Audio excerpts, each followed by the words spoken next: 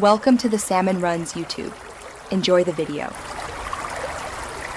You start by verifying hardware and the basics. Make sure your mic and desktop audio appear in the operating system and are not muted. Once confirmed, open OBS and go straight to Settings Audio to set the sample rate and enable the global audio devices you need.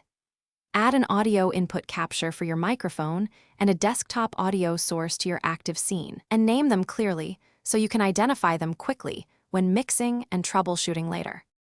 Next, you balance levels and enable monitoring so you can hear exactly what your audience will get.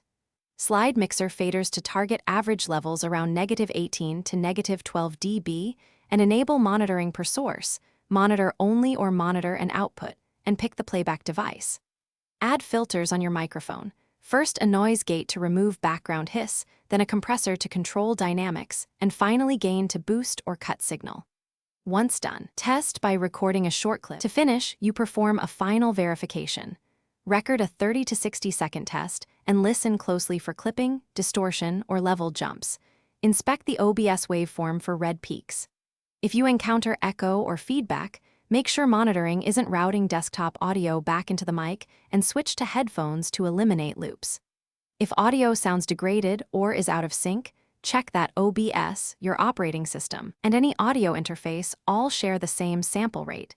Correcting that usually resolves glitches. Thanks for watching. Consider subscribing if we helped you.